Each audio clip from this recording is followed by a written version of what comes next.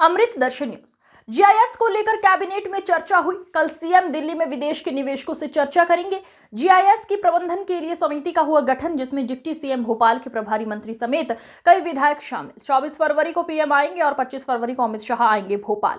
नई logistic policy बनाई गई, जिससे उत्पादक को सहयोग मिलेगा। औद्योगिक संवर्धन नीति बनाई गई। औद्योगिक संवर्धन नीति से किसानों और उद्योगपतियों को फायदा होगा। मेडिकल डिवाइस और इलेक्ट्रिकल व्हीकल के लिए योजना बनाई गई। पहली बार एफडीआई को बढ़ावा देने के लिए पॉलिसी बनाई गई। मध्य प्रदेश में फिल्म को बढ़ावा देने के लिए नीति बनाई गई।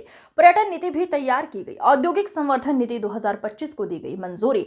20 लाख से ज्यादा नौजवानों को रोजगार उपलब्ध कराने का लक्ष्य। बहुत मैराथन बैठक हुई है और मैं समझता हूं कि मध्य प्रदेश के इतिहास में एक साथ इतनी पॉलिसी जो कि निवेश को आकर्षित करती हो, हमारे प्रदेश के नौजवानों को रोजगार दिलाने का प्रयास करती हो, मेरे भी 30 साल के राजनीतिक जीवन में, विधायी कार्यकाल में शायद पहली बार इतनी पॉलिसी, इतनी नीतियां एक साथ आई है। पॉलिसी के बारे में मैं डिस्कस करूं उसके पहले मैं शुरुआत से बताना चाहूँगा कि हमारे माननीय मुख्यमंत्री जी ने, जैसा कि हमारे राष्ट्रीय अध्यक्ष नड्डा जी ने आग्रह किया था कि प्रयागराज जाने वाले यात्रियों को किसी प्रकार की असुविधा नहीं हो, हर राज्य के कार्यकर्ता अपने अपने क्षेत्र से गुजरने वाले प्रयागराज के यात्रियों की सुविधाओं का ध्यान रखें, क्योंकि रोड जाम होने के कारण कुछ जंगल में लोग फंसे हुए हैं।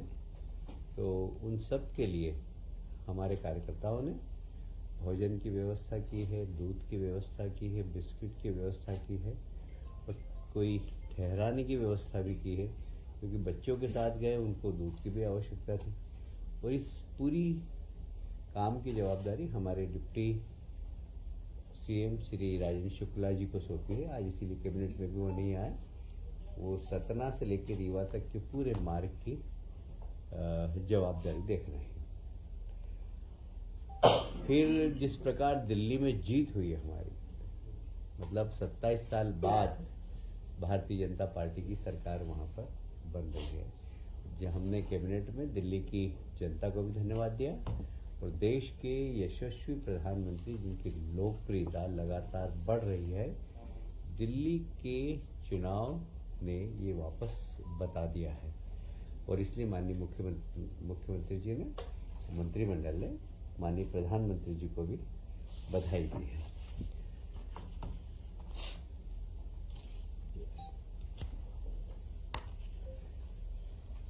जीआईएस की तैयारियां में अभी पूरी सरकार लगी हुई है, आप सभी जानते हैं, पर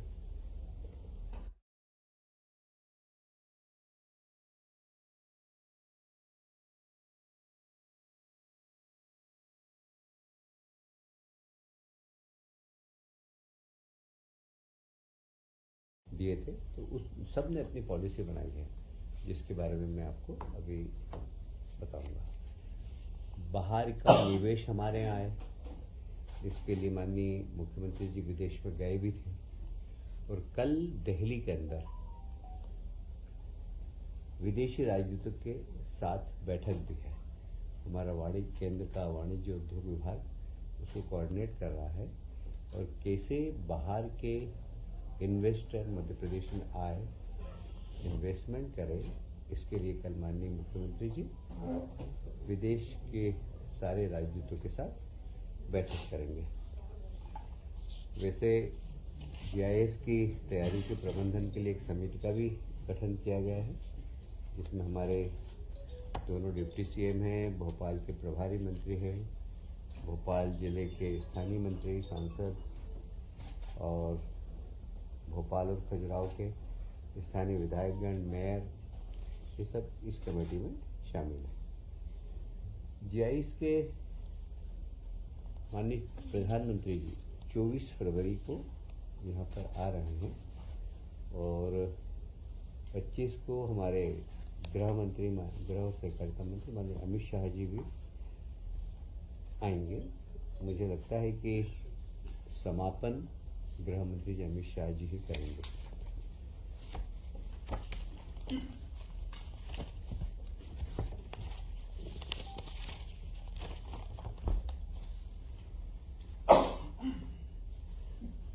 देखिए, हमारा जो पॉलिसी बनी है उसका मुख्य उद्देश्य मैं एक बार फिर से दोहराना चाहूँगा कि मध्य प्रदेश के नौजवानों को रोजगार मिले।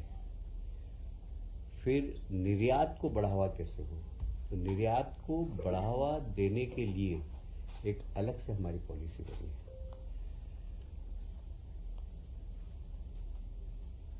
निवेश करने वालों को बहुत ज़्यादा परेशानी नहीं हो, सुलभता से निवेश कर सके, इसलिए जो अनुमतियों के अंदर समस्या जाती है उसको मिनिमाइज किया है।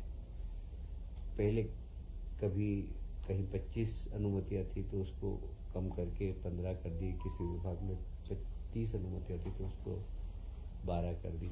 अनुमतियां और सब ऑनलाइन है और पारदर्शी और समय सीमा के अंदर सारी अनुमति देना चाहिए, इस बारे में शासन के निर्देश भी है। ईज ऑफ डूइंग बिजनेस को बढ़ावा देना हमारा इस पॉलिसी का मुख्य उद्देश्य है।